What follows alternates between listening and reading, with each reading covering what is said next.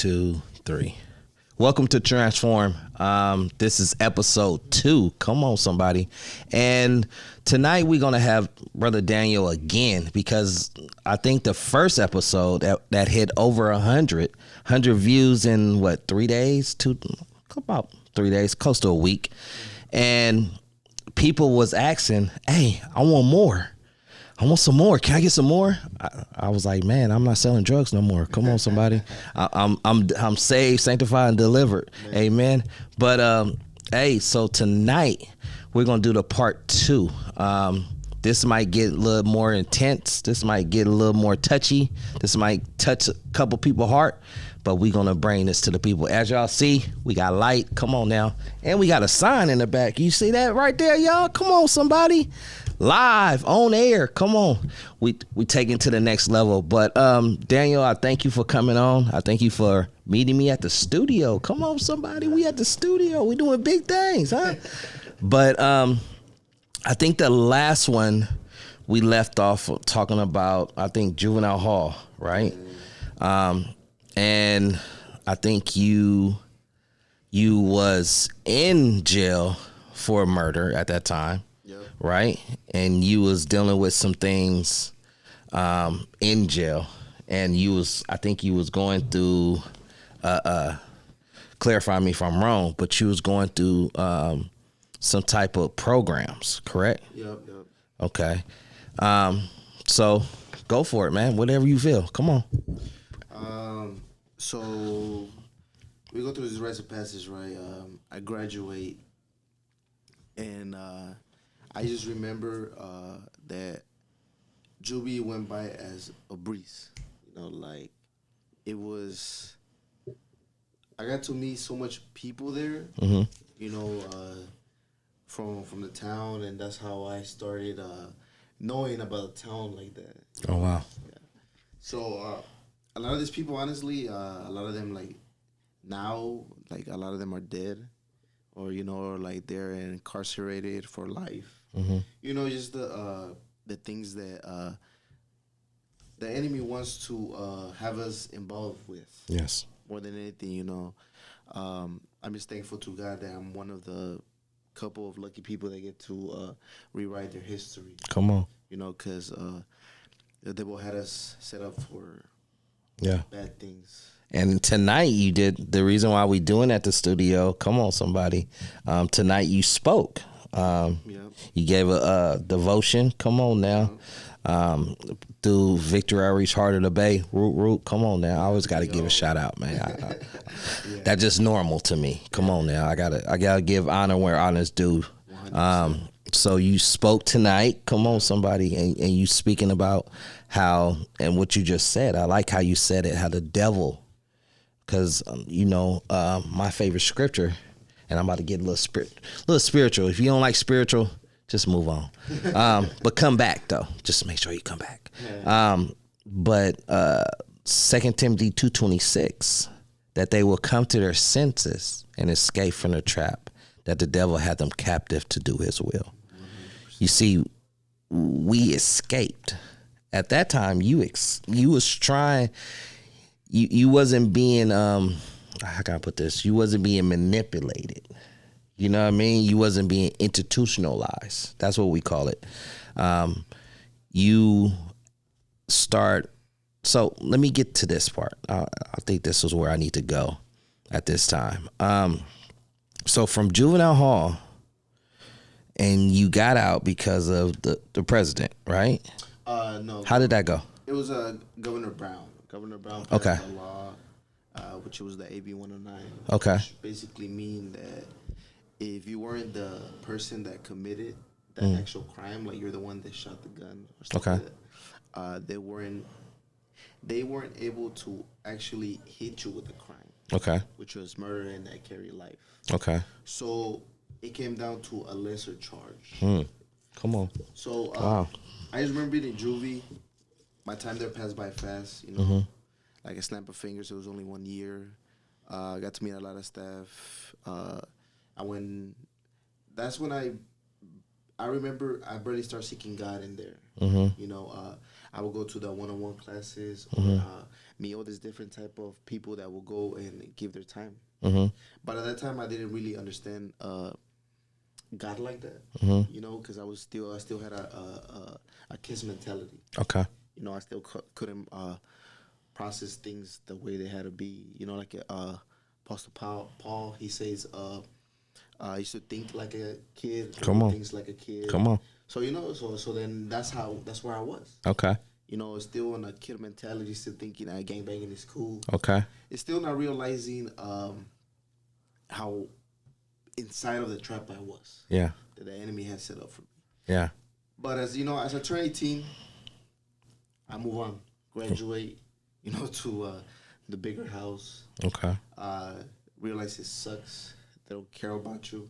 That's San Quentin or? Santa Rita. Oh, you went to my Rita. bad. I went to North County.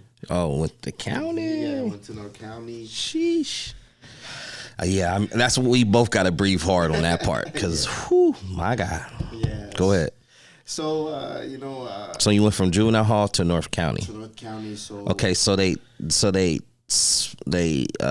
sponge your they shorten your time, correct? Well, at this time, no. It's like that was more like at the end of my stay there. Like it was Oh, like wow. 5 years after. Okay, So 1 year after. because you became grown. Yeah. Okay, So, okay. 1 year after I go to North County, now I'm realizing how our system treats us. Yeah, You know, in juvie, at least they care about you a little bit. yeah, a little bit. A little bit, you know. Wish them. Come on, somebody. But in county, you get to see the reality of it that nobody cares about you. I think I spoke about that. Yeah. Remember how one of the deputies said to me, "What's your name?" Remember how I said that? And hopefully y'all seen the one before this. And I said that my name's Derek. He was like, "No, what is your name?" And I said, "My name's Derek." He was like, "Look at your wristband, which is on your wrist. What number do that says?" I said, BAN 402.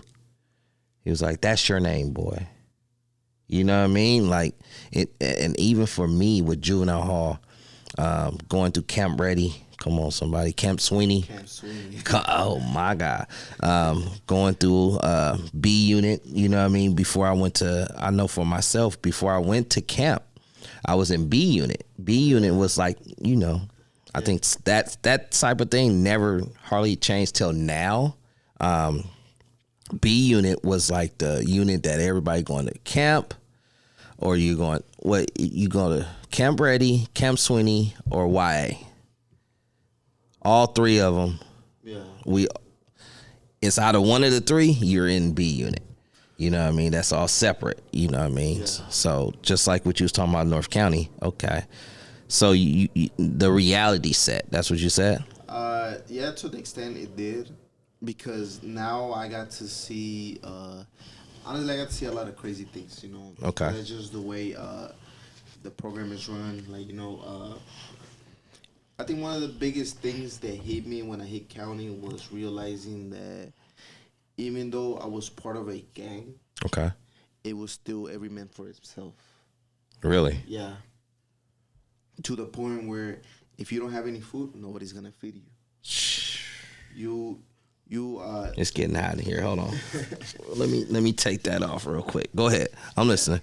So, you know, nobody was gonna feed you Okay. unless they knew you or whatever, you know. Uh-huh. But the reality was that everybody was for themselves. You know, just when it came to fights or, you know, somebody got to go, then everybody teams up together. Sheesh. So once I started seeing this and seeing how everybody was really selfish, Yeah. But, you know, I don't blame them because it's just the mindset that we were all raised on. Yeah. Like, do what's best for you. Yeah. You know? So slowly but surely, I start falling out of love Okay. with the gang because I got to see a lot of politicking, you know, which is like a lot of people trying to. So when you're in a gang, you got rules, things that you gotta follow. And like government, you know, politic, the laws, stuff like that. We do the same thing. Oh wow. So we politic our laws. Wow. So people will politic a lot, and it just show how much, how power hungry the people were. Yeah. You know, they were really ready to step on anybody's toes. They didn't care. They didn't care. They didn't care.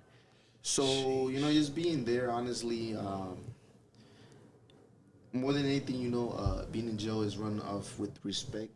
So, you know, if you had to go catch a fade with somebody, then you go catch a fade or whatever, you know. And I just remember just being stuck in that world. I felt like I had a dark cloud around me. You know, on top of me, I felt like every day was a constant battle to just keep my sanity. You know, just So at that time, you said you knew God, correct? You knew of God. yes. Okay. So I knew about a God, Okay. but I remember being there and looking for God in different religions. Like I would try Islam, or I would try Exactly. Hinduism. That's what I was thinking. Yeah, you know. So Hello. I did. Assalamu alaikum. Go ahead. I'm listening. So I did go to some Muslim classes. I went to some Hindu classes. I went to all different type of classes that had to do with even like, you know, just to do with a spiritual awakening. Because I felt God calling my name, but I just didn't want to believe it. You know. Okay. So my mom at this time, she's the only one that business me. She's the only one that's putting money in my books. And this time, since I was a kid to me being in jail, I never sat down and had a talk with my mom, like a one-on-one or even a mom to son talk. So that was over the screen? Over the glass? Yeah. So y'all was talking and everything? So what jail really did for us was made us closer. Really? Yeah, it really did, because she was my only lifeline.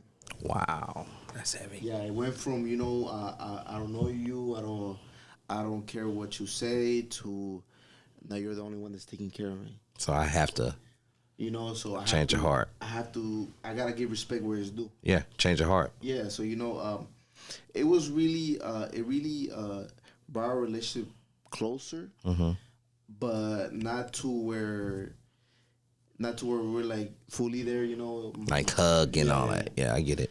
And I remember this time, she had already given her life to the Lord, and she kept telling me, she was like, I have faith that God is gonna get you out of here.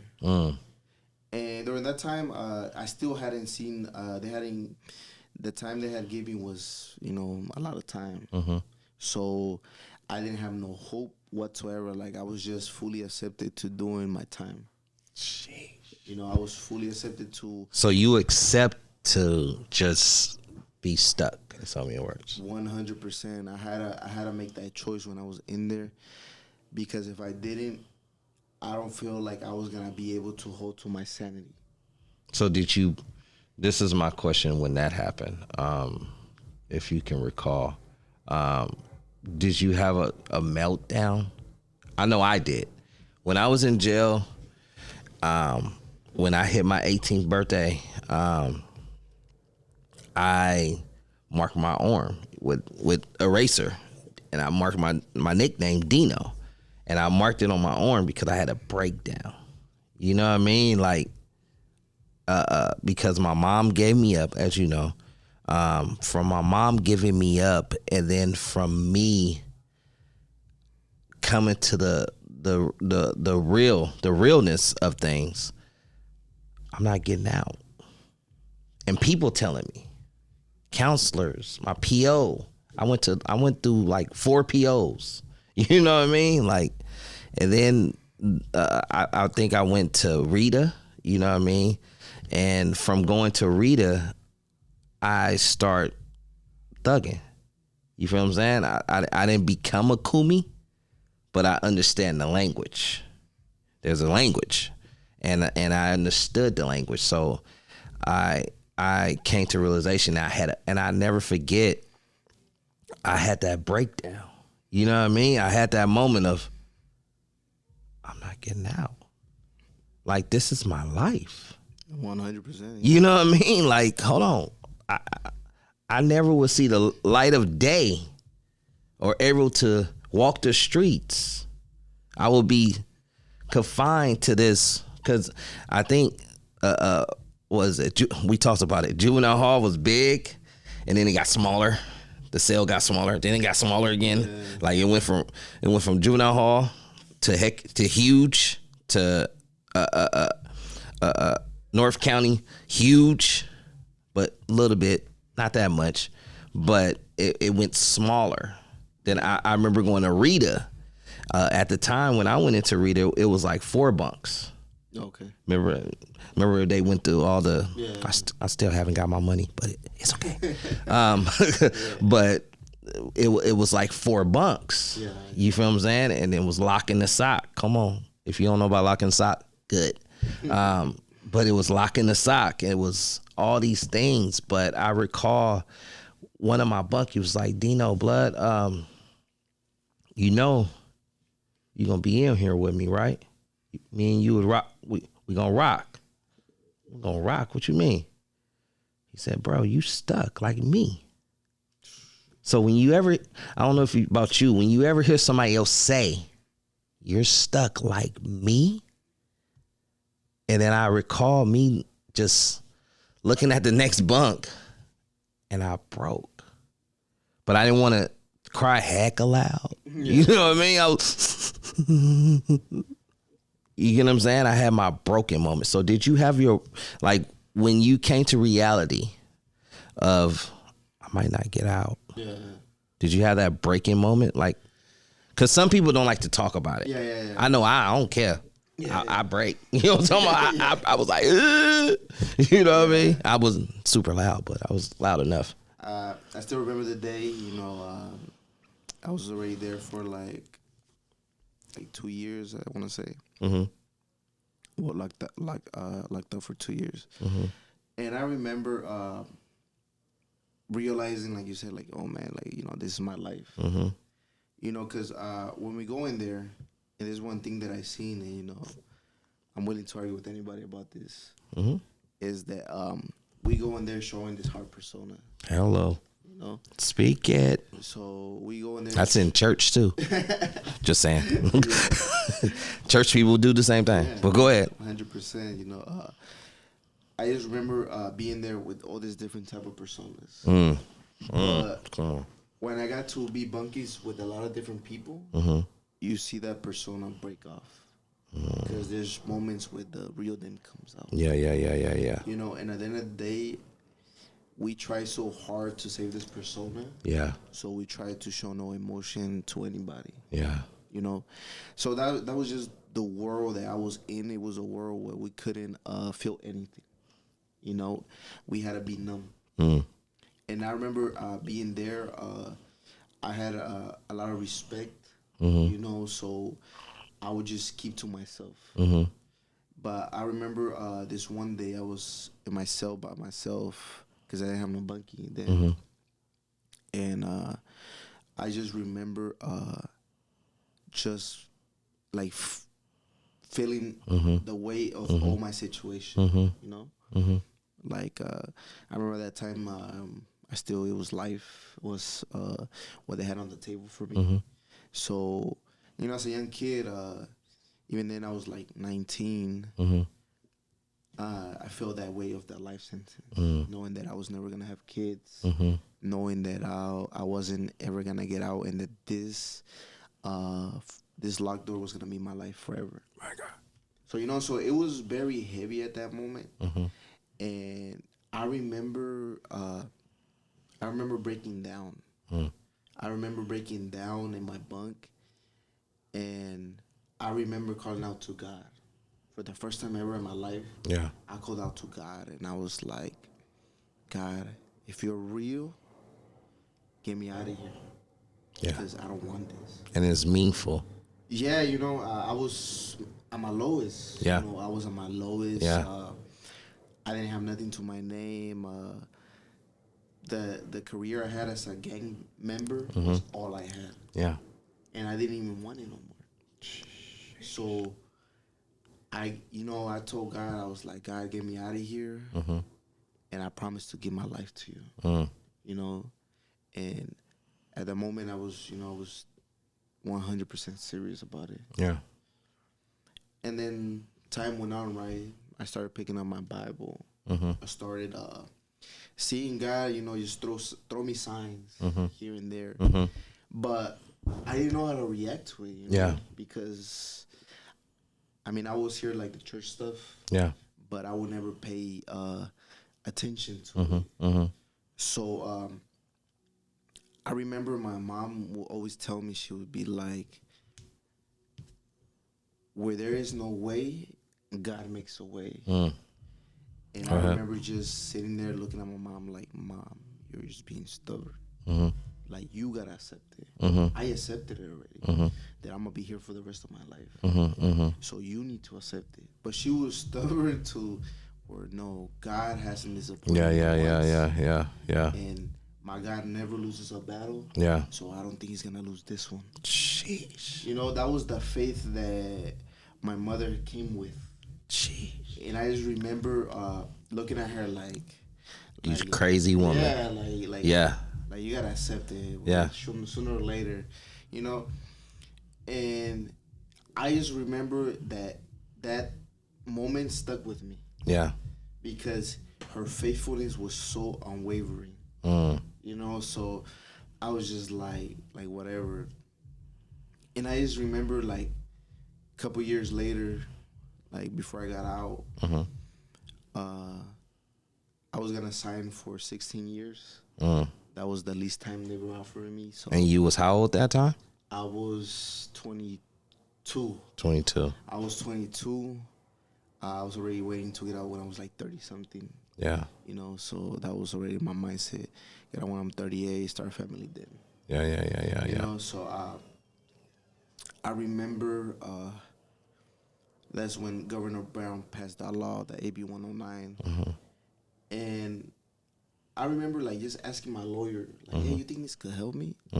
But everybody has given up on me. They were like, this guy got a You're murder, done. He's done.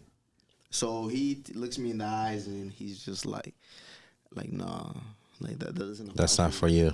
He's like, we're gonna come back next week. So was it your attorney or public pretender? Public defender. Let me clarify that. Well, I was one of the lucky people that got a private attorney. Oh, really? Yeah, from the state. Really? Yeah. So the way it works is that if you have co-defendants, one of you guys, depending on how many co-defendants it is, one of you guys is gonna get a public defender, and one of you guys is gonna get a private defender. So that's the way. So was it rock, paper, scissors shoot? It was rock, paper, scissors. Basically. And I was just lucky enough to get a private the attorney. world? And then my attorney at the time was one of the top guys that would be murders. Yeah. So, I was there with him, but then he retired. So I had a new lawyer. Wait a second. He retired on your case. On my case. Well, he retired in general. He stopped doing law. Yeah, but I'm saying he retired on your, basically why he was the main guy for your case. He retired. Did he tell you before or he just cut? He just cut. He just cut. That's what I thought. I don't think no attorney's gonna be like, hey, blood, check this out. Just to let you know, this is my last week. Bye. Deuces and the gooses. So I got this new attorney, right? And I tell him, Mm-hmm. and he's like, no, your lawyer already has everything set up for you to take the 16 years. And I was like, okay, I'm going to take my 16 years. So we come back the week after, right? Okay. And my attorney is like super stoked. He's like, hey, I looked at the law and it applies to you.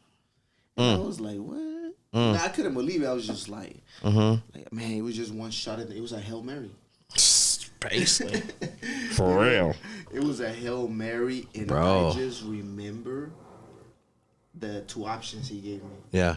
He was like, I only have two deals for you, and this is gonna go down.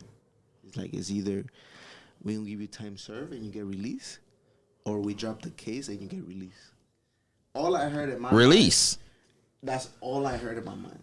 But how is that two different? Like, okay, so if they drop the charges, you get nothing. Okay. So you get released clean slate. Okay. But if you get time served, you're probation or parole. Probation, parole. Yeah. You're a felon. Yeah. And they wanted to give me a strike. Okay.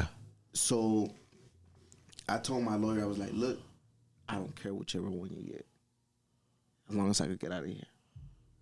You know, so I just remember him going, he's like, we'll be back next week. I'm gonna let you know what they say. So wait, all this time he was going to see the judge, not you. Is that what was happening? I would see the judge, but I wouldn't talk to the judge. It was, you just stand there and listen behind closed doors. Yeah. So I just remember going back that week. Telling people like, I might be getting out. Like, I don't know. That's the worst thing you can do in jail, though. Yeah, but isn't it or no? Well, it's different because it is right there. Everybody wanted me to leave because they knew I'd be. Okay. So they more okay. Yeah. So you use little bruh to him with so many words. You was like little bruh need to get up out of here. I was there showing love to everybody. That's what I'm saying. Yeah. Usually, that's why I'm like, wait, because I remember a couple of times when I was in. If a guy come back juice talking about, man, I'm getting out, whoa, bruh, the lock in the sock comes in. You hear me? Yeah. Or the old school, if you've never been to jail, I understand. But, or run the water.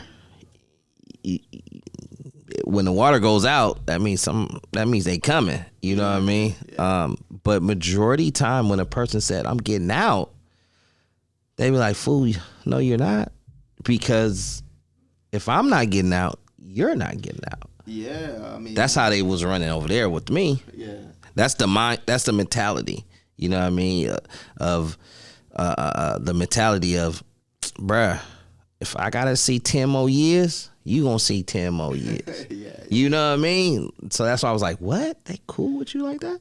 Honestly, the whole time I was there, I met so many people that had life. Yeah. I met so much people, and they're like, if I was to... You get another opportunity. Yeah, I mean, it's not a lot of us. Yeah, that's what I'm saying. They are more excited for you because you get another opportunity. Yeah, 100%. I think a lot of people, even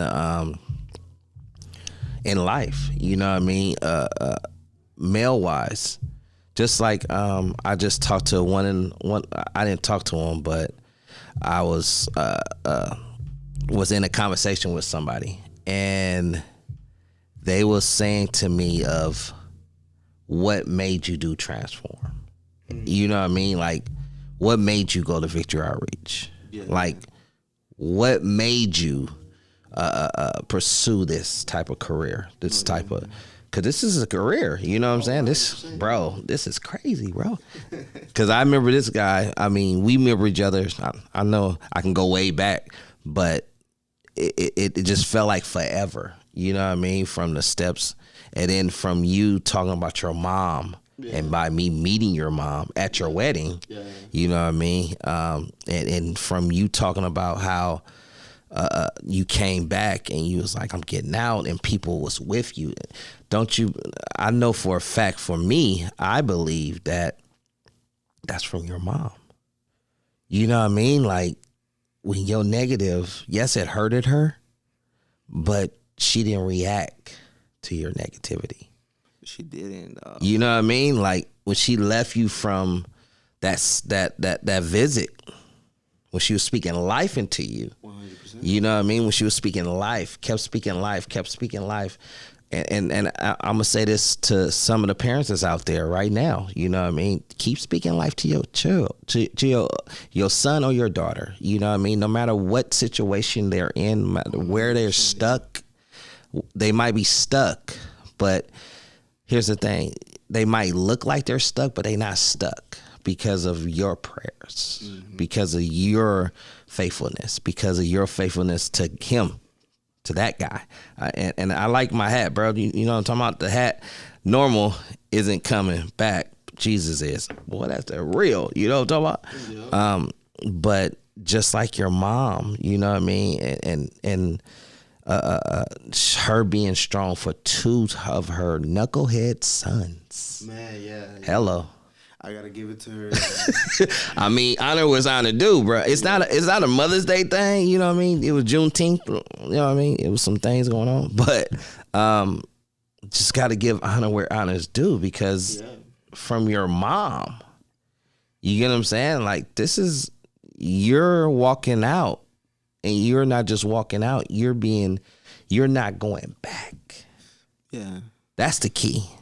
I think that the key thing for a lot of people that doesn't realize is when you, like me, I grew up in Oakland, but once I left Oakland, yes, I go back every so often, but here's the key: I don't live there. 100%. You get what I'm saying? I don't hang out on the block no more. Hello. I don't go back to the block and just sit on the fire hydrant. Yeah. You get what I'm saying? Like it's my past. Yeah.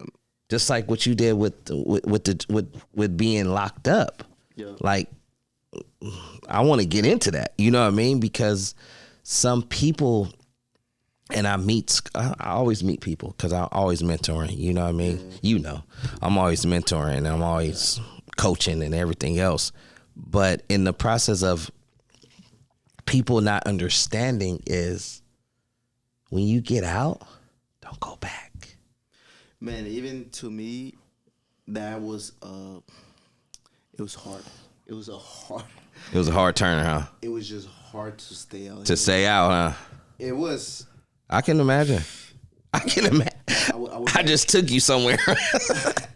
I went back 2 times. After I got out. Exactly. I just remember. It's crazy because I remember going. And getting released. And I remember that time my brother was my cellie.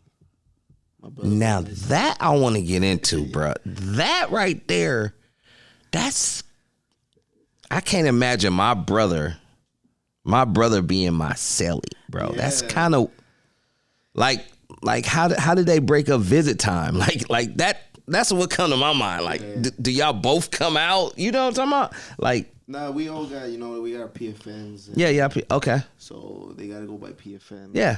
So my brother had his, I had mine. Yeah. And,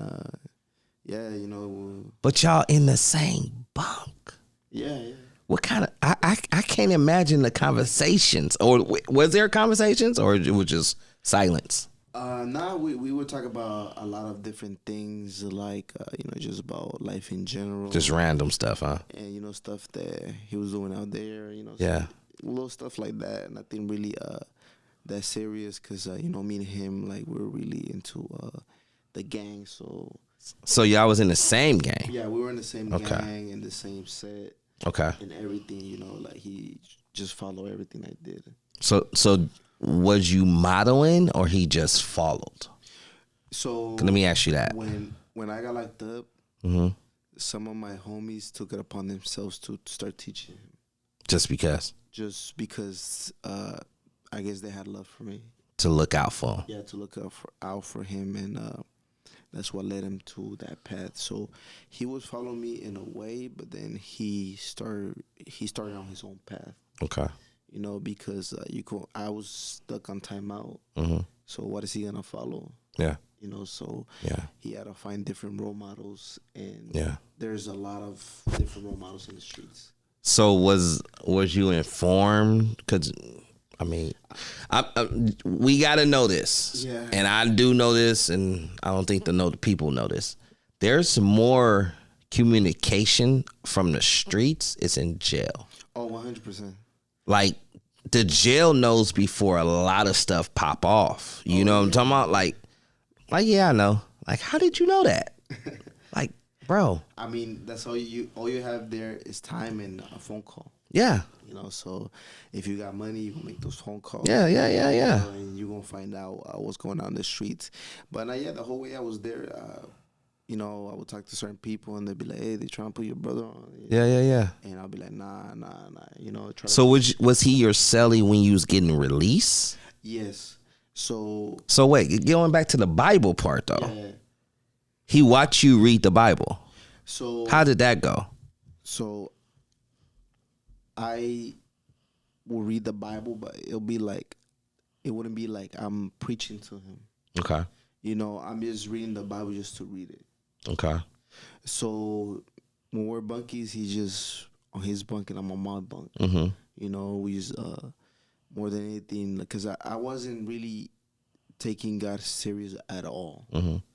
I was just like, oh, God, you're there. It's just a book. It's just a book, you know. Yeah. I didn't know the reality of, you know, the word is alive, and stuff like that. Mm-hmm.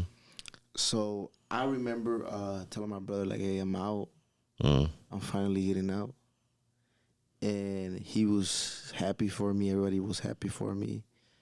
And I still can't forget the day that they finally called me. They were like, hey, Your name. Nunes, Yeah, your name. roll it up. Yeah. I was just like, oh my God, it's happening. Yeah. Did they do it on a loudspeaker? Yeah, they did on the loudspeaker. Bro, I've been there. You just took me back right now. I'm sorry. I'm sorry, you guys. I just went back. Like, Man, I remember just Howard, roll it up. And everybody like, yeah. And I remember just going to the tanks, Yeah. and I was like, man, this is my last time in the tanks. Yeah. And I was chilling in the tanks probably for like an hour. No, it was longer, bro. I don't know how long it was, to be honest. You lost track. I did. Cause you usually lose track. I mean, when you about to leave, when you about to get out, like Yeah. I know for a fact I remember me going in and walking. Man, I remember walking that thing. That walk. Not the walk of shame, Yeah. but that walk. Yeah. You know that walk. That release one. That release walk. You hear what I'm saying? That release walk and it's daylight. But the thing was that I had never been released in my life. Ooh. So I didn't know that was the release walk. Yeah, that's that walk. So I remember just they came. Yeah. They gave me my clothes. Yeah. And the clothes they gave me was old juvenile clothes. with the stitch, with the what's it called, juvenile hall, the little with the alico, the alico on the leg, right? Yeah. Yeah, I remember those days. Yeah. Dang, bro. So they gave me all that, and I was like, oh my God, I'm actually getting out. Yeah. And then I remember probably like not that long, like 30 minutes after, Yeah. they came. They came and they were like, okay, Nunes, you're gonna walk that way. They're gonna pop a door. Yeah. And I was like, okay. So I went. They're like, you got property? I'm like, nah, I don't think I got any property. Okay, so here. Cool. They're like, all right, you're gonna walk through that door, and then you're gonna keep walking straight. So then I'm like, You took me back right now. I was like, how many more doors do I gotta go through? Hey, yeah. Yeah, it's about 5. I think it's 5. 1, that's the first door. Second door. Third. it's like 3 4. or 4. It's like 4. Yeah. It felt like 5. Yeah. But it was like, yeah, I was close. It's like 1, yeah, like 4. Like 4 doors. And then I remember walking through the last one. Ooh, that's the loudest one. And then I'm walking up the stairs. Yeah. And then I walked through the last one. That's the last one. The moment I hear the door open, Yeah. bus open, I open it. Yeah. And there's like 4 deputies outside. Yeah. And I'm thinking like, man, Uh-oh. are they taking me back? Uh-oh. Or what's up? Yeah. You know, like That's what they do, bro. a lot of things are running through my mind. Yeah. So I'm asking them like, What's going on? Are you guys here for me? Yeah. And they look at me like, nah, should we be here for you? Ooh. So then I look down and there's some guy acting up there. Oh. So they were there for him. Okay. So the moment he told me that, I was like, say less. Go ahead now. I hear you. You know, I was like, say less. Yeah. Out of there. Yeah. You know, I'm out of there. They gave me $80 because that's what all I had. Yeah. Yeah. She take my wristband. Yeah, on top. I'm out. I'm trying to open that door. I'm trying to open Everybody do that. door. Everybody do that. Go ahead. I'm listening. I go. Mm-hmm. I open that door. Mm-hmm. And the moment I open that door, Mm-hmm. I feel the most heaviest burden in my life just leave. Mm-hmm.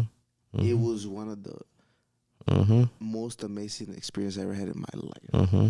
You know, to this day, like Yeah. I can't even sit here and explain how good it feels No, it feels good. to just be able to just feel that cold air. Yeah. You know, so I remember walking out, leaving, just walking down that little hill. Mm-hmm. And That ain't little though. I'm just saying, the hill ain't that little, bro. And I'm just so like, man, Step by step. step by step, it feels more so real. And Yeah. so real. Yeah, yeah, yeah, yeah. And then some guy, you know, one of those taxis, Mm-hmm. they come. And he's like, "Hey, Miko, you need a ride?" Exactly. And I was like, "Oh yeah, get me out of here." Yeah, immediately. I'm like, "Get me Go out of fast. here. Go fast." If you get a ticket, I'll pay for it. So then, dude is like, "Okay, hop in," you know. So I hop in, and I remember I asked them. I was like, "Hey, can I borrow your phone? I gotta make a phone call." Because you know when you're there, you got a little phone book that you make to call your people that you know. Nah, I didn't. Well, Use the blessed one. But go ahead. no, we made it. I didn't. We wasn't that talented, bro. Bro, we just we figured stuff out with magazines and all that. Yeah, That's what we did. So I remember I hit up my peoples because I actually had hit up my one of my homies to Okay. pick me up. Okay. But I guess I got out like around like almost 1 a.m. He was asleep. No. He had waited for me like around 12, but then he left. Oh. So I call him, right? I call him with the guy's phone, and he's like, "Oh, while you're out?" I was like, "Yeah, send me the address so I can have the taxi go over there." So then we go. He sends me the address, and then I tell the guy, "Hey, drive me over there." Boom, he drives me over there, and that's actually my wife's house. Yeah. Because he was renting her garage. Yeah. So Oh, you going in? You going in now? Okay. Yeah. Okay. I get it. Go ahead. So I remember walking to like that, opening that backyard, walking in, and they're all like they're throwing a party because I'm getting out. So you know, there's girls, there's alcohol, there's weed, there's all this bunch of stuff. You know, I'm just honestly like, supposedly they're throwing this party for me. Couldn't even tell. But I'm just so happy to be out there. That's it. I'm sitting in the stairs, babysitting a double cup. Go ahead. I'm listening. Yeah, I'm just so happy to be out, and I was like, oh man. And I just remember being there, like, just like couldn't believe I was out. Like it was just crazy, you know. And then I remember meeting my wife, and then one of those drunk girls like got on her nerves, and then she started throwing hands with her. You know? Start chunking them. She started chunking them. Okay. She started fighting. Yeah. So then I was like, "What the heck?" Yeah. I was like, At my party. "This lady's crazy." At my party. Like, this lady's crazy at my party. 100%. You know. So, Yeah. I remember waking up the next day. Well, I didn't even sleep all night. Uh-huh. I remember the next day they come up to me and they like right there at the pad at the house. And the first thing they gave me is they gave me money. Okay. They're like, "Hey, get back on your feet." And then they gave me a 48 caliber. Okay. They're like, "Right here, just in case." Okay. And I was just like, okay. Yeah. It's on. It's on, you know. I'm back to the regular ignorance. Yeah. Yeah. It's back on. They got me locked up in the first place. Yeah. Yeah. Yeah. Yeah. So when I'm here, I don't see the choice of living the lifestyle. You know, leaving. I see as this is my life. Yeah. Now I was in jail. Now I'm here. Yeah. Yeah. Yeah. So my homie at that time, he's starting to do like this music thing. You know, he was doing like a lot of music videos. Okay. A lot of music. You know, his name was Ringing Around. Okay. So then, because I remember like he was like that with me. He told me like, "Hey, I'm gonna go out there. I'm gonna go do this music thing." Yeah. Yeah. Yeah. And I was like, "Bro, do it." Yeah. And you know, and he got out and he was popping. So Wow. then I was being pushed into that wave. Yeah. Because I remember that first day, like the morning, Mm-hmm. or the first day I was out, Mm-hmm. we went and we started recording music. Mm-hmm. And I went over there. I was recording music with these other dudes that were barely coming out too. Mm-hmm. So we record music with a well-known rapper from Vallejo. Okay. You know, well, we go to his studio first. And Okay. I got to meet all of them. You know, they're well-known rappers over there. Yeah. Yeah. Yeah. Well, we all knew. Yeah. Yeah. Yeah. Yeah. Their name is ringing bells. Yeah. Whatever. So I get stuck on this cloud. Okay. You know, of I want to make music, but I don't want to fake my music. Yeah. So I gotta live it. Or you gotta live what you writing. I gotta live. Exactly. Yeah, I gotta live what I write. Mm-hmm. So you know, mostly all our music are we talking about sliding, Mm-hmm. shooting people, Mm-hmm. or making money. Mm-hmm. So I remember when I got out, when I started messing with girls and stuff like that. Now that I was out, my mind was different. Mm-hmm. My mind wasn't like, oh, I'm gonna mess around with girls and go about my day. You know, no, my mind was, what can you do for me? Mm-hmm. What do you have that's gonna push? It's gonna push me. Help you. Yeah, in any way, especially financially. Mm-hmm. Mm-hmm. So there was a time in my life when I was with like 5 to 6 different girls, Jesus. and What the heck? and it was to What? the point where I had 5 different credit cards. And you knew all the. My God. Oh, I had all that. You didn't get them mixed up. Never. Boy, you good. That was my money. That was my Hey. money right there. Hey, you good. If you didn't get the pin number mixed up, bro, and you had them all, boy, Yeah. that was a plus. Okay, go ahead. So it got down to the point where I was riding their different cars and stuff like that, and everybody was just looking at me like, "Wow, what's up?" So these girls had careers. These girls had different careers. One of them was graduating Cal State. Okay. You know, she graduated. Another one, she was like a doctor's assistant. Yeah. So you know, they all had their things going on for They had a themselves. career. And I just came out of the blue. You know, I was just somebody that they knew in the past that now is new to you know, Hayward again, because I was locked out for so long. Yeah.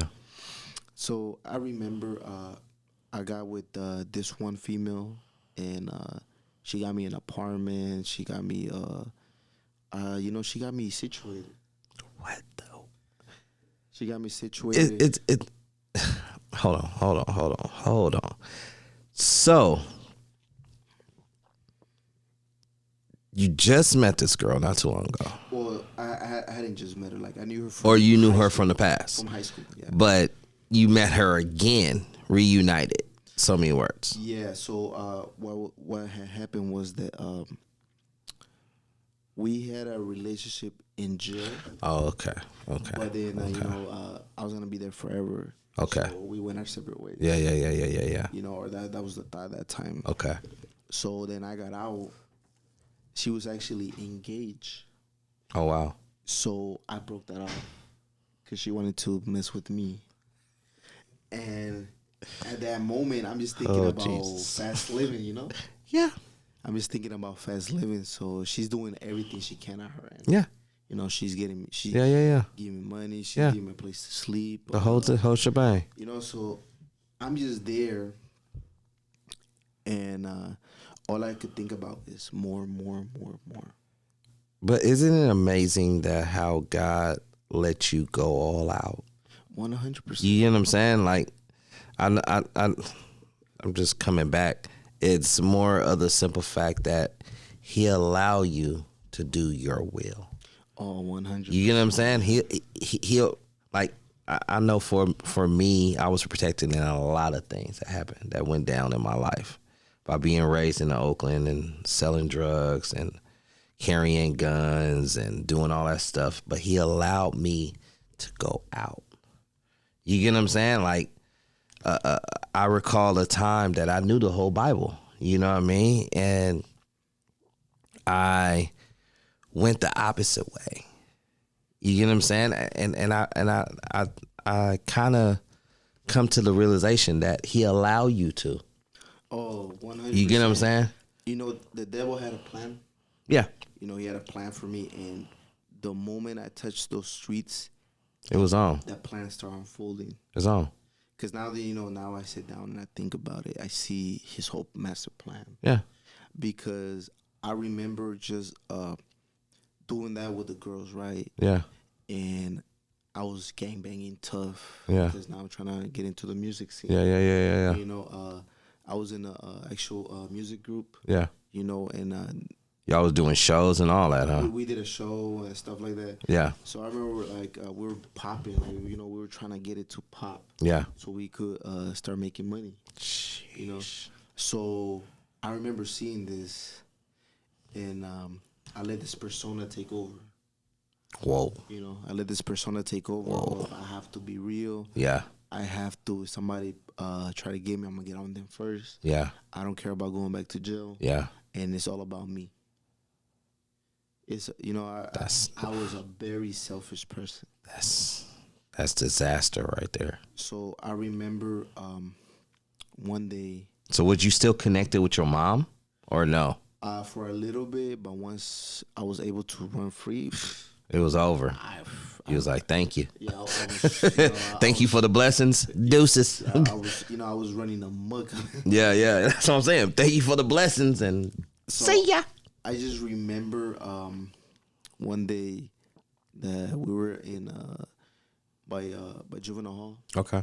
by that gas station. Mhm. I remember I was there, right? I think we were putting gas. I can't remember. The cheap gas station. I was there with my wife, Okay. but we weren't dating like that. Yeah. And I remember opposition caught me lacking. Slipping. He caught me slipping, and That means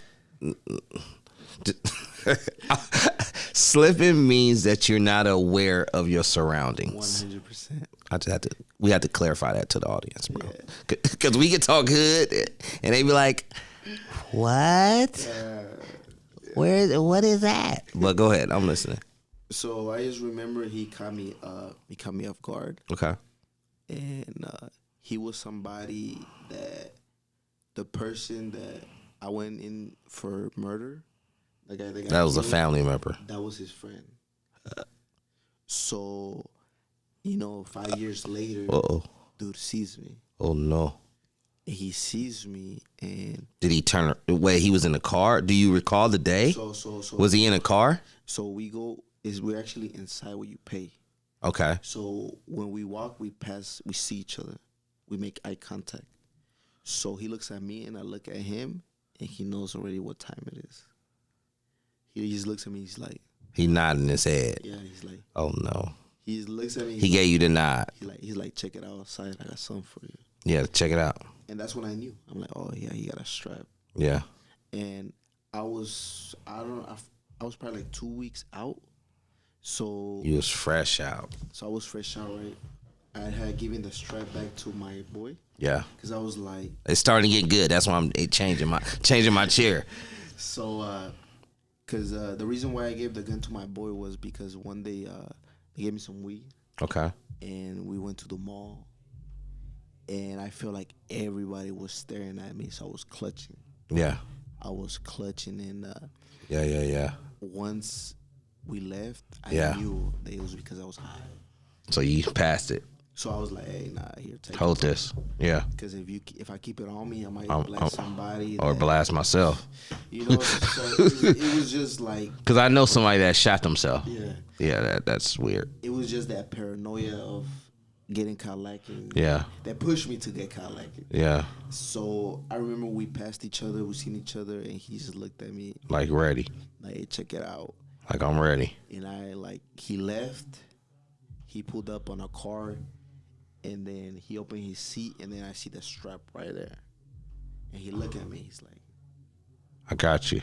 "I got you." Yeah. And I remember just looking at him, and I was like, "All right, bro, this one's yours."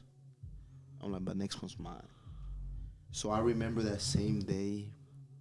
But wait, wait. That's kind of weird to me because he's just showing you. Because there was cameras. But still, I don't. I think honestly. I mean, nowadays they don't even, bro. You know how many, like it was something that happened in Oakland recently. I guess I'm doing the news. Yesterday, at the lake, by Lake Merritt, they was having the whole Juneteenth, you know what I mean? The team celebration, and some people opened fire. Oh man! And when they opened fire, they shot 4, and one of them died. Holy smokes! Yeah. But it was now you know how it is. Everybody on their phone and it's on IG. You know what I mean? It was on IG, Instagram. Let me just clarify that. IG. It was on IG before it even hit the news. Oh yes, it's always like that. You know what I mean? Like, but your boy showed. Well, the guy showed you because he was afraid. He was afraid too. Honestly, don't you think? Honestly, I think that if it was God, because if he wanted to take my life at that he would have. Nothing stopping him. There was nothing stopping him. And it was one of those. You seen that gas station? Mm-hmm. Of course. The lounge where you go in. Yes. It's small. Yes, very. So this dude, like, if he parked right in front of the doors. Yeah, he was ready. So if he really wanted to, like, he could have took my life that day.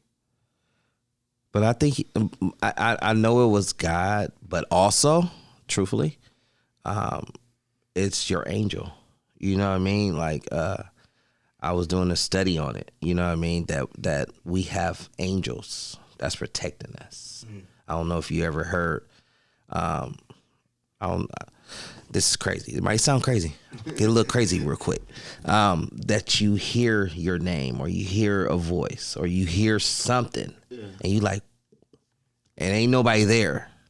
That's usually your angel talking to you. You know what I mean? And just like with, I don't know if I ever told you, but I think I told on one that the gentleman was taking me on my last ride, and when they was taking me on my last ride, we went to the mini Fontaine in Oakland, and when we went to the hill, we pulled over. I never forget the day. We pulled over, and the gentleman said, "Hey, Dino, it's over." I'm like, "What you mean?" He's like, "Bruh, I need all my money." So, all right. At that time, I was trying to make money. You know what I mean? It was like sell a bundle type of thing. And he said, "Yeah, man, bro, you short, blah, blah, blah." I'm like, "Bro, all your money's there, bro. Stop playing." And he's like, "Nah, Dino, blood, it's over." So dude in the back, it was me in the passenger, the driver who I knew, and a guy in the back seat that I didn't have no clue who he was. So we pulled over, and he was like, "It's over, blah, blah, blah." And the dude said, "You think we playing?" And he pulled out a shotgun. Mm. And when he pulled out that shotgun, he had it on the back of my head. And so he pulled the trigger. Nothing. Then he loaded up again. Pulled the trigger again. Bah, nothing. Obviously, because I wouldn't be here. Yeah. And he's like, "I don't know what's wrong, blood. This." And the guy is like, "Bro, what's up?" He's like, "You know what, blood?" And just hit me in the back of the head. That's why I got this scar on this side. Yeah. And I know for a fact that it was my angel protecting me. Because shotguns, come on, bro. We have a play called Shotgun. Yeah. Shotguns goes off. There's no hesitation. There's no blank. There's no such things as blanks in a shotgun. No such thing. So when the guy did not get the gun and shoot you, I think that was your angel pushing him back, like putting something else on his mind, making him think before he react. Because he was thinking. You know what I mean? And then I just remember like he waited there for like a minute, mm-hmm. and in my mind I was like, "Dude, do what you gotta do," Yeah. And I just remember he just drove off. He left. Yeah. He left and he spun the block real quick, Okay, he came back around. So I remember I got in the car and I was like, "Hey, let's go." Yeah. We need to hit this highway. Yeah, hit this gas real quick. hit this highway. The highway's right there. Go ahead, Joof. Get on. And I just remember at that time I was a lot in Oakland. Like Okay. I was on like the 70s. Yeah. Or 105th or 103rd, you know, so next to the AutoZone. So I remember I hit up one of my boys. You talking about the AutoZone. Go ahead, I'm listening. Dang, you took me back. Go ahead. I remember I hit up one of my boys and I was like, hey, somebody about to pull up behind me. Let him have it. Because if you don't, like, you know, he's probably going to take me out. So then dude is like, oh, nah, it's good, but we'll pull up. So the moment... So the dude was following you. Yeah, he started chasing after us. Oh, you knew? Yeah. So right when I see him... Wait, she was hitting the gas? What? Yeah. Oh, okay. I remember I was smashing like... Yeah. And then I told her, I was like, hey, go to Oakland. Go to Oakland. We're going to go to the hundreds. And then right when I see this dude behind me, like I see him following us, that's when I start calling him out. Yeah. And, you know, the plan starts setting Yeah. And once he seen us start going to Oakland, he felt it. He knew. It was bad. Yeah, he knew like, oh, no, they going to set me up. It was bad. So dude hit the bridge, hit the freeway to to Berkeley instead of going to Oakland. Okay, I get what you're saying. So after that, I remember I made a promise to myself that I was never gonna get caught slipping again ever. So I remember one of my boys was selling was it a 9? Yeah, he was selling like a little 9. Okay. So I bought it off him. Okay. You know, I was like, hey, let me get it. Okay. And, you know, he sold it to me, and oh no, that was after. No, they gave me. I told my boys, I was like, hey, I got caught lagging. Like, what's up? Like, what do you guys have that I could hold right now? So then, one of 22 or something. Nah, he gave me a little 38. 38. Yeah, he gave me a little 38. Sounds about right. Yeah, he gave me a little 38 special. Dang, bro. Thank God for his grace, right? Go ahead. Yeah, so they gave me a little 38, and now I'm moving a little more confident. I'm like, at least now, you know, all it takes is one bullet. You know, that's all it takes. Yeah. So I remember, like, I'm riding, you know, with this little 38. Yeah. Mobbing around. And then, you know, I'm playing these females. I'm making music. And I'm really not trying to do better for myself whatsoever. Yeah. You know, so I remember one day I was driving, right? Mm-hmm. I was meeting up with my ex at that time. And then I was leaving. I left, right? And I was actually going to my wife's house. Okay. So I'm leaving San Leandro. Okay. By I don't know if you remember, there used to be a place called Nick's over there. Yeah. Yeah, but I'm leaving that restaurant. Oh my gosh, you went there. He went there, you guys. What the world? Go ahead. So I remember leaving Nick's, right? Yes, I do remember Nick's. And I remember, like, I had the gun on me, and I was like, I should probably put this on my girl card. Okay. Because I just had a feeling, right? But I was like, nah, I'm not trying to get caught lacking. Like, I'm gonna take the gun with me. So Yeah. I remember leaving, and I'm looking for a gas station because I'm on E. Okay. So I'm looking for a gas station, and I get lost in the Oh no.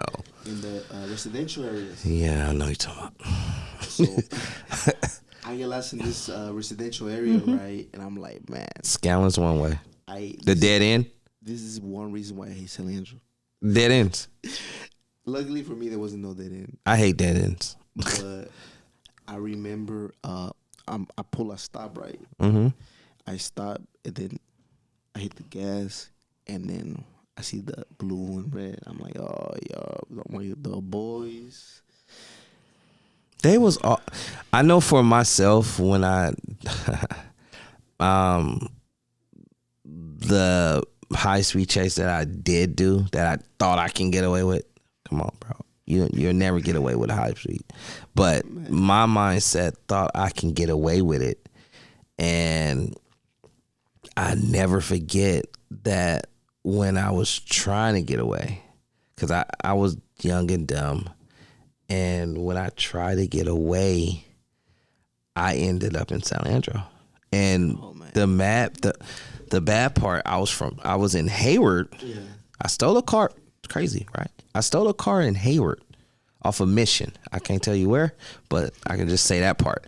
And I stole the car from there because I was with a girl. Same here. Same thing. That's why we so similar. And I stole the car in Hayward at the car lot. True story.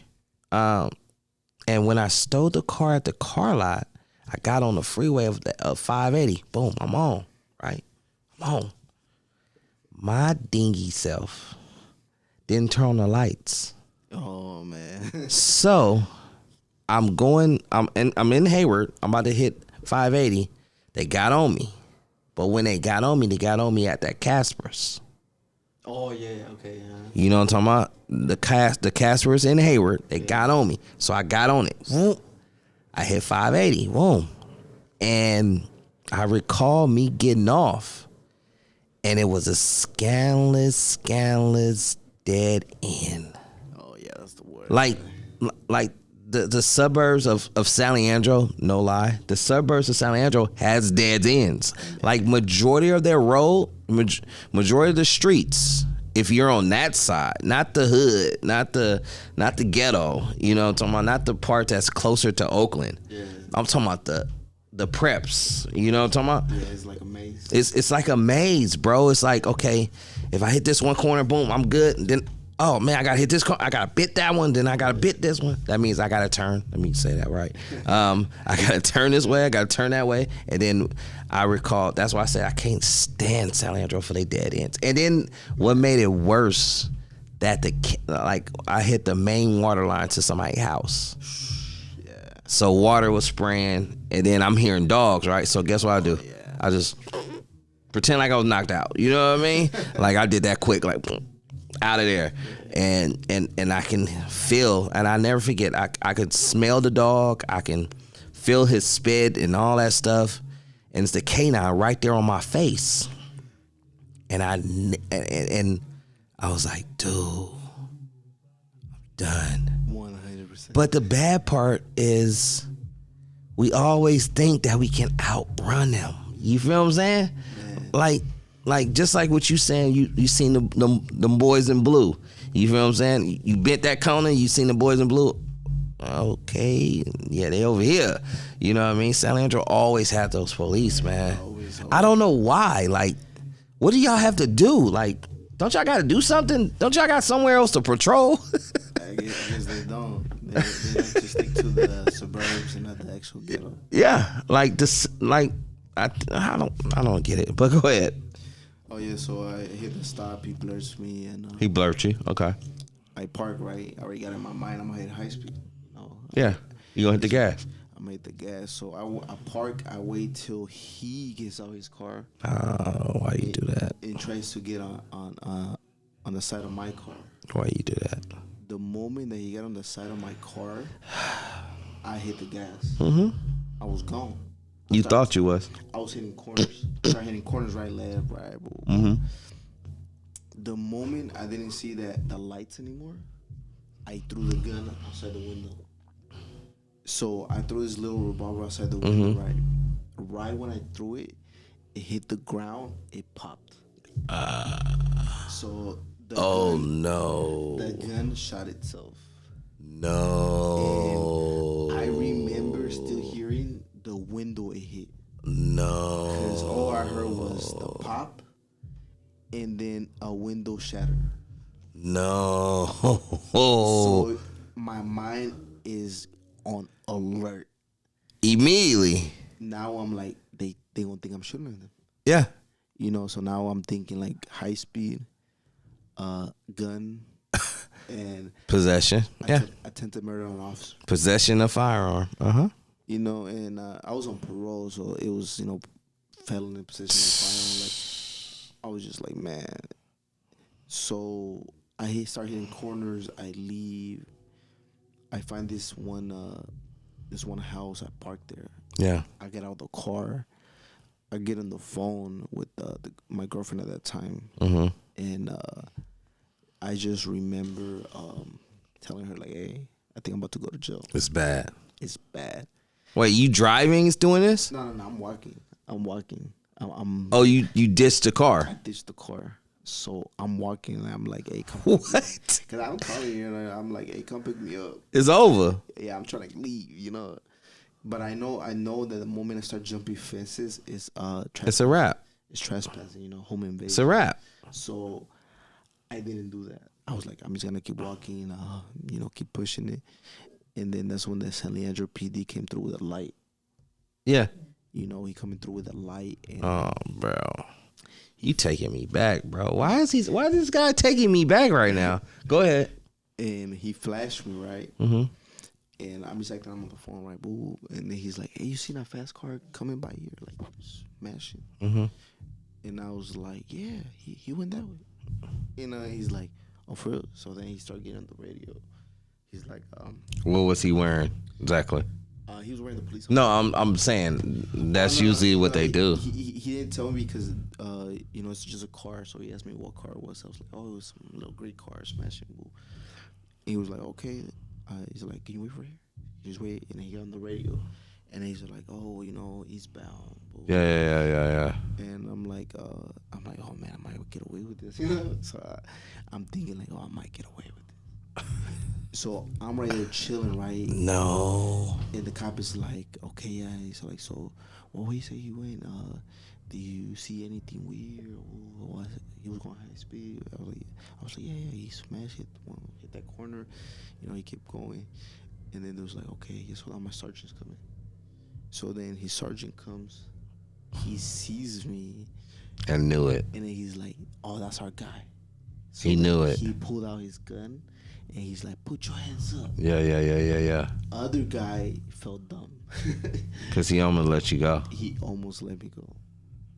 And then so they handcuffed me, and I'm still on the phone, and I tell like I'm going to jail or whatever. You're done. Yeah. I'm done. And I just remember when I took that ride back to Dublin. Yeah.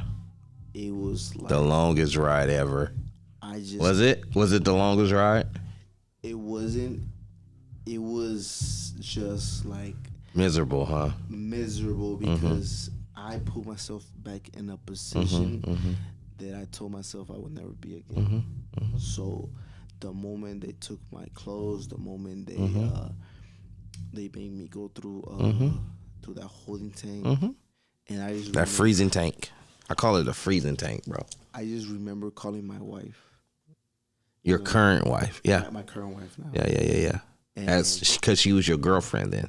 She wasn't my girlfriend. She was just like one of the girls. One of the girls I was messing. Yeah, that's what I'm saying. Like you was a player, bro. That's what it's called. Player. So I remember just calling her, and I was like, "Hey, I'm in jail." Is that the picture that she posted? No, that's the second time. That was the second time. Okay. That was the one after that one. So because she has pictures. You guys, it's crazy. Your wife be posting pictures on IG, and you know what I mean. I'm like, look at that. What the world? Like she kept those pictures, bro. Yeah, she kept everything. Like she keeps those pictures. I mean, more than anything, she knows the journey. She knows the journey, and she knows where we're headed with the things that we're doing right now. So. Cause this guy's an entrepreneur. Like I'm gonna give you a couple little commercial break. He's an entrepreneur. He's what's it called? A remodeler. Like he's remodeling houses and you name it. He's the man. And he does a great jobs. He has pictures. I like how you do it, bro. You got that down pack, bro. Like you do the before and you do the after at the same picture. But okay, so you called her, and I was like, "Hey, I'm in jail." Okay. And then she had a mental breakdown. She went in. Yeah, she went in. Start crying and all that. And all that, And at the time, I'm there. and everybody just sees me coming back in, and I'm just like I feel like I'm the dumbest person in the Defeated, basically know. defeated. Yeah, I feel more than defeated. Like I feel like That's how I felt when I went back in, bro. I think I felt more of defeated, disgusted, man, like disgusted at myself. Like, you're just like, bro. what was I? And I don't know about you, but I did this when I got to when I got to my unit and I got to the bunk. I just start punching the bed. I don't know about you. The thing that you roll up, I'll start punching it, bro. You know what? Because of frustration. For me, this time I was frustrated for a little bit, but all these females were taking care of me this time. They were giving money in my books. I was getting different phone calls. This guy. So I'm still in this ignorant mindset. But now my jail time is 100 times better because now everything that everybody used to like show off in jail, Yeah? that's me. Oh, you that guy. Now you that guy. So I went from, and they seen it there, I went from nobody calling me or nobody sending me anything to now getting fat packages, going to store fat. And that's things that you drink. The thing about it is that Yeah. Go ahead. I'm listening. it's not that I wanted to play these females. Yeah. It's just I was stuck on survival mode. I mean, you knew it was gonna come a time that you would go back. 100%, and that was my thing. Was like, if I ever go back to jail, I'll make sure I'm good. That's what I'm saying. You knew that you was gonna go back. 100%. You had that mentality of, okay, a plan B. If I go back into this, you get what I'm saying? Like we I think that's us as men.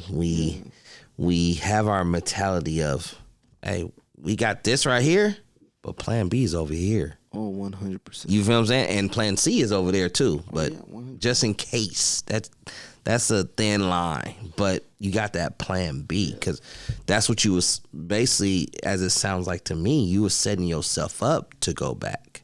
Oh, 100%. 100%. With the women and with everything, right?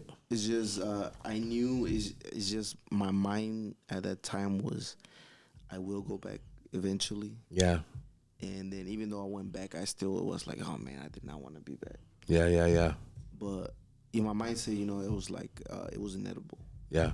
So I set myself up good. Yeah. So I remember my time there they didn't even hit me for the gun charge. Thankful to God. They didn't hit you for the gun charge? They didn't even hit me for the gun charge. They never even. They didn't know. They didn't even know that the gun was unloaded at that time because I had lost it. So did they know you had a gun? So when they arrested me, they were like, "Hey, just let us know if you had a gun." And I was like, "I have nothing to tell you guys. I want my lawyer. Yeah. Off top. I'm done with you guys." Yeah. And sergeant there tells me, he's like, "Look, the only reason why I'm telling you this is because I don't want a little kid to grab that gun and shoot himself in the face." And I was just so like merciless, like I did not care. I remember looking him in the eyes and I was like, "Sir, I understand, but I don't have a gun." This guy. I just remember just looking him in the eyes like, and I remember when I hit. But did they test you? No. I just remember. No, your hands. Could they test my hands? No, they didn't do none of that. They didn't do the test because it wasn't like a violent crime. No. Whenever they in the facility of a gunfire, they didn't know it was a gunfire. Oh, they didn't even know that the gun went off. They didn't even know. No. And that's just God showed me mercy.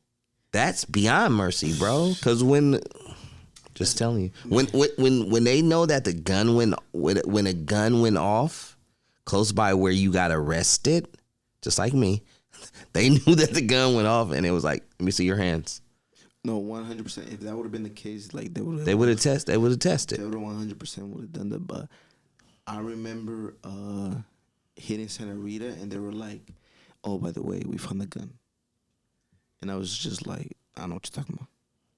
So I guess they had the dogs out there. Fingerprints and all that. Yeah, and then they had my fingerprints and all that. Yeah, they had your fingerprints on the guy. And I remember reading my paperwork, and it said, "Oh, we found 38 special, and they're like, one bullet was shot. Don't know where it went. Yeah, they're like, I know. He has used it one time. Location of unknown. So they try to make it seem like, oh, he's shooting people. Yeah, location of unknown.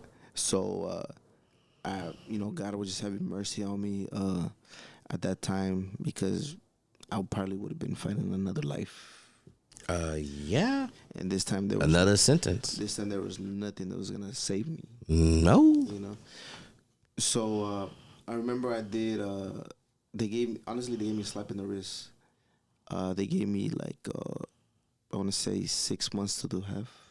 So I only did like 3 months in there for high speed. So wait a second. They didn't even hit me for the gun charge. Do y'all hear this? Go ahead. They only hit me for the high speed. They dropped my gun charge. Are you kidding me? That's what, man. I remember just looking at them like, oh, we're gonna give you 6 months to do half for just the high speed. Drop the gun charge. I said, what do I sign? Immediately. Hello. Let's make a deal. Deal now. Come on with it. Let's go. Let's do it. Yeah. And so I signed my deal. I'm in there chilling. Just waiting my time. Got out. The girlfriend I had at that time, I'm not with her no more. Okay. Because of, she was like a regular person. So are you starting to subtract the girls now? So, cause you see you got 3 more months, bro. So is it start subtracting? So when I got out, I started subtracting. That's what I'm talking about. Because it was a lot of turmoil in my life. Yeah. Everybody thinks that, oh, you got 5 girls, 6 girls. Like, that's a lot of work. That's headaches, bro. That's a lot of work. Bro. Sheesh. I think the one time that stands out for me is when I had to go be with them all in one day. How? Did you make that happen? I made it happen. I got no call-ins, no call-offs. Because my mindset was, the thing is, I knew how the game was rolling. I knew if I didn't show up, they were gonna know. Oh, he got another girl. So are you spending an hour with these girls? Yeah, I'm spending some little time with them, like going to the like mall. 2 hours or something. Just playing the system. Bro. Just playing the system, so I'm like, 2 hours, and I'm like, oh, I'm gonna go kick it with my homies up back. And then I go kick it with the other girl. And then I tell her the same thing, like, oh, do y'all hear this? Honestly, it's because in jail, the one thing that they teach us 100% gets integrated into our mind is to manipulate. Exactly. So we manipulate. Who can we manipulate? The girls. Hello. So they're like the opposite sex. Come on. 100%. Yes, sir. So that was the mindset that I went out with, and it was a very dangerous mindset because I did not care about who I was hurting or what cost was I hurting them at. I think I did something similar outside. I was a dog. I just put it that way. I had a notepad of girls at the time because they wasn't women yet. I wasn't a man yet. So I had girls on there, and I recall me being so much a dog that selling drugs. I brought all the girls to the block, and some people that watching this that would know what I'm talking about. I bring them to the block, and I tell them, "Hey, I'll be right back. I'm gonna go to the store." And sometimes I go to the store, sometimes I just go around the corner. And when I do that, majority of times, the homies, my partners, friends, whatever you want to call them, they come on them like crows. Oh yeah. You feel what I'm saying? They like, what's happening, baby? Hey, he be back. Hey, but check this out, and some of them go for it. You know what? That was regular. I think any hood you go to. But you get what I'm saying? Like I used to do that like it was normal, and then if I don't see them, I know they with this guy, they with that guy, or they with those guys, the girls. And I recall one time it was one girl that didn't do it, and I can't remember her name, but she didn't do it. She sat there. That was like my test. Like, none of us ugly. I mean, you know, you know what I mean? That's something that I would do. Like, I remember, like, in, you know, brainwashing these females. Yeah. I will push to, oh, you want me? But so many other females want me too. Yeah. What make do you for me? What make you different? Yeah. So I was like, what can you do for me? And it worked every single time. Because, you know, some of these females have daddy issues. Some of these females are still trying to find out where they belong. Exactly. You know, they're like 22, 23, 24-year-olds, but they still don't know where they're Mentally. at. They still don't know where they're at, you know? But I think it's also, as I know, as I studied, it's trauma. Oh, 100%. It's the trauma of the dad. That's the thing is that once we find that trauma, Yeah. As a manipulator, Yeah. you understand that trauma, Or you exploit it. yeah. You exploit it, and that's how you get what you want. But that's us men, because we're built-in predators. Like, seriously, we are predators. We always looking for prey. I remember I read a book that they give us in jail, Okay. which shows you how to master manipulation. Yeah. And it's crazy. It's a book. You could go find it, but I'm not gonna tell you the name of it because the book is evil. It's Go ahead. very evil. Yeah, it's off the hook. Yeah. So I remember when I was in jail, I would read that book like it was a Bible. Yeah. I would, like right now, if you were to read me like a beginning of a chapter, I could You can memorize you the whole chapter. You already know it. So I grab all my game from this book. Yeah. This is a book that gets passed in jail by the big homies or Yeah. older, you know. Game up. Yeah. They gave me up. They game you up. That one and the 48 Laws of Power. It's, you know, it's a very it's very. Why you went there? You know, You see what I just did? I was like, dang. these are books that, you know, that teach you how to manipulate people or, you know, females, whatever the choice. Yeah. And I remember, like, I was like, man, like, I want some of this power. Mm-hmm. You know, the enemy tries to entice you. Mm-hmm. And honestly, that book is the enemy as it is. All fresh. Because I remember I got out and I used every single thing on that book. Yeah. And I believe it. I got every single thing that I wanted. It was too easy. It was too easy after it just becomes a habit. Yeah. It just becomes a The habit. normal. And I remember, even though I was with all these girls, because, you know, in the gangbanging scene, everybody feels like, oh, this money, these girls, these drugs, all this stuff you have, it is going to make you happy. But, you know, it's just our ignorance winning, because at the end of the day, having all that, you're still unhappy. Because then why are you still doing drugs to cope with your feelings? That's what separates a kid from a grown man. A grown man goes through his trauma and heals from it. A kid will try to just overpower it with some weed, some alcohol. I think you got a good one. And to add with that, if you don't mind, the mindset of a kid is, what's it called? I lie. And I lie. And even though I just lied, I'm going to lie again. Oh, 100%. You get what I'm saying? Like I got to lie. It's because as a kid mentality goes, it's full of excuses. And that's the one thing I learned with walking with God is that we lose all our excuses. Or as a man of God, and truthfully, I always talk about this, that some people, they can be age as a man and on a ID. Oh, yeah. Like grown man, you know what I mean? Doing grown things, but mentally be straight kid, childish, liars, manipulators, and they don't see it's something wrong.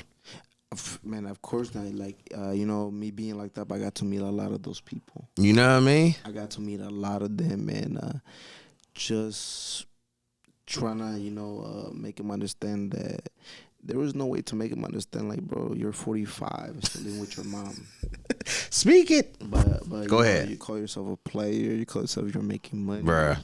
You understand? Now that you know, I fully have become a man, Mm-hmm. and I know what taking care of a family is, Mm-hmm. and you know how much effort it takes to just feed your family. Mm-hmm.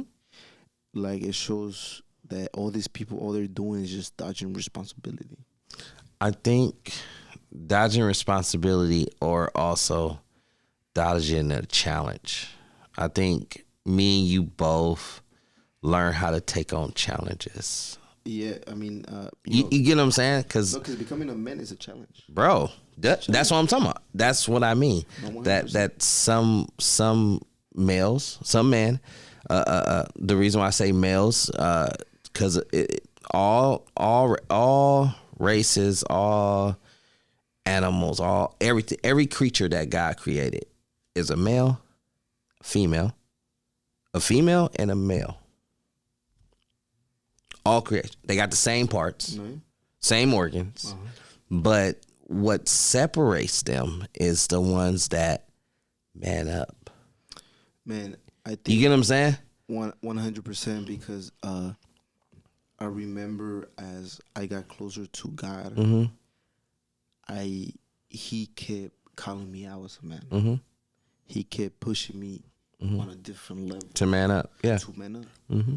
And I felt it so clear when he was calling me out to be a man, because all this playing girls, doing Yeah, drugs and yeah. stuff, this little kid stuff. Yeah. Like, it is, because all you're doing is just feeding yourself. Come on. You know, you're just feeding yourself. It's Come all on. about you. Yeah. But a real man makes sure that his family's straight before. You gotta put your family first before you. Because I know for my mom, she been on 19 years, but her mentality and her mindset as a single mom of 5 boys, Yes. by being a single mom, I think sometimes, and as I remember, sometimes she didn't even eat, like, because we ate. Yeah. You feel what I'm saying? Like, we had spaghetti, and we like, Ma, can we get seconds? Yes. But we never dawned on us that, wait, Mom never sat at the table. And you know what? That was one of the things that got me closer with my mother, Mm-hmm. because I one day sat down and thought about my life. You know, just being locked up, you get the chance to think about your life. And I just remember thinking about my life, and I was able to see every single sacrifice that she did. My God. And I was able to realize, and the moment I was able to realize everything that she had done for us, even though she wasn't perfect. And you know, she had her mess up. She messed up on a couple things. Yeah. But I had to put myself in her shoes. Yeah. And once I did that, I learned to forgive her. That's key. Yeah. But yeah, that's a key. The key to that, you know what I mean? Because it's getting late, bro. I mean, just being honest. I think we have to do number 3 because it's close to time, bro. It's fire though. But the key, I think the key that how come about this? The key to being a real woman is to what you were saying about Paul. When I was a child, I acted like a child. But when I became adult, I put away childish things. When I became a man, or when she became a woman, she put away childish things. Yeah. And truthfully, your mom had to put away childish things to sacrifice. No, yeah. You get what I'm saying? Because if you don't learn just being in life, period, sacrifice. Like, yes, Jesus sacrificed. You know what I mean? Yes, God sacrificed. Yes, our Pastor Stefan, sacrifice. Yeah. You know what I mean? His family, Sister Chella, Come on, shout outs. Come on, somebody. They're sacrificing, but and even our elders, you know what I mean? All our elders, they sacrificing. Our main elder, you know what I mean? Our general, Pastor Sonny Arcazzoni Sr., you know what I mean? And Sister Julie, I'm giving y'all a whole little history. But it's about sacrifice. Yes. Because if you're not willing to sacrifice, you're not willing to accept the calling. Ooh, that's heavy. Because truthfully, we think a calling is that you're called to ministry. Yeah. No. Your calling sometimes can be you're called to become a stepdad, like we can relate to. You're called to become a husband that we can relate to. Instead of being a player, just like I think it was Big Pun. I ain't no player. I just crush a lot. Remember that song? But when you're called, because you have to be called, you have to be called to go through a growing pains. Because I know I had to go through some growing pains. Like I had to man up at an early age. You know what I mean? At an early age of manning up, I had to learn. Because if I didn't learn, I would die. Yeah. If I didn't adapt, I would die. Yeah. You get what I'm saying? If I didn't learn how to make stands when I didn't want to stand. Does that make sense? I mean, like your mom did it, you're doing it. Yeah, it's just when you get put in a situation where you have to be an adult, that's just something you have to do. Yeah. You have to take that, like I recall a couple of times, and we're going to end it on this one because it's getting late. But I recall a time with you, you know what I mean? I can even go as far as this one right here, because this is when I seen. It's one thing to mentor somebody because I'm his mentor. It's one thing to mentor somebody and you're like, okay, I need to see something. Is he getting what I'm saying? Or is it going in one ear, out the other? Yeah. Because at first it was going in one ear, out the other. I knew. You know what I mean? You can tell. But one time I recall that you looked at me and you said, D, I'm tired. I'm like, tired of what? He's like, I'm tired of going through this. I'm tired of being in this circle. I'm tired of going through this cycle. That's what you told me. I don't know if you remember. Yeah. You told me, I'm tired of going through this cycle. Going back and forth. Going around and around. And going, and you said it. You said, I'm tired of going in circles and it's leading me nowhere. No, yeah. I remember you say that. You said that in your kitchen. In the same spot that we did the podcast. You said it right there. You said, man, I'm tired of going in circles and going nowhere. Yeah. He's like, D, but I'm hungry. I want to change. You get what I'm saying? And I respect you for that, because at that time I was like, oh, he wants it. Okay. Yeah. Okay. Now it's time to put, you know what I mean? Now it's time to put the real boots on, time to put the gloves on, time to, you know what I mean? Time to take this to the next level, because by being a minister, by being who I am, and even by you know what I mean? You're a leader in your way, you know what I mean? No matter which way you lead, you leads, you know what I mean? You always a leader. And from you being a leader, you're able to invest in the upcoming, in the next generation, and the generation after that. I mean, you get what I'm saying? That's what we supposed to be doing. 100%, yeah. So what do you have for closing? For this episode, because we couldn't do the closing. Man, it was so much stuff that we could have did, you guys, but we couldn't do it. Almost there. We was almost there. We was like this. Very close. But this is my question to you. Let me make it easier for you, because I know you like, dang, that's a hard one. All right. Let me make it easier for you. What would you say to that young man that just got out, or that's fighting the case? Yeah. I don't know if you've seen on the news, I'm bringing all the news out, that this young man, he just graduated Skyline this past year, and they found his body.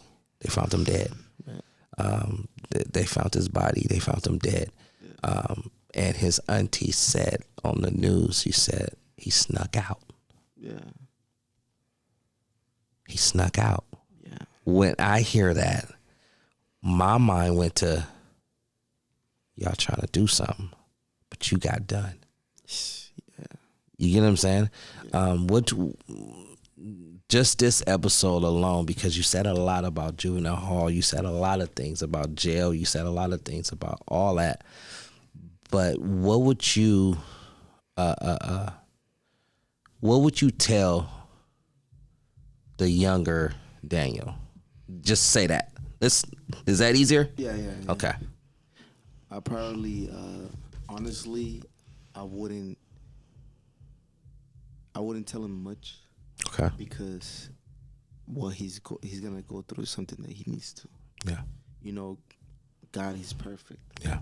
He uses our downfall to pick us back up. Yeah.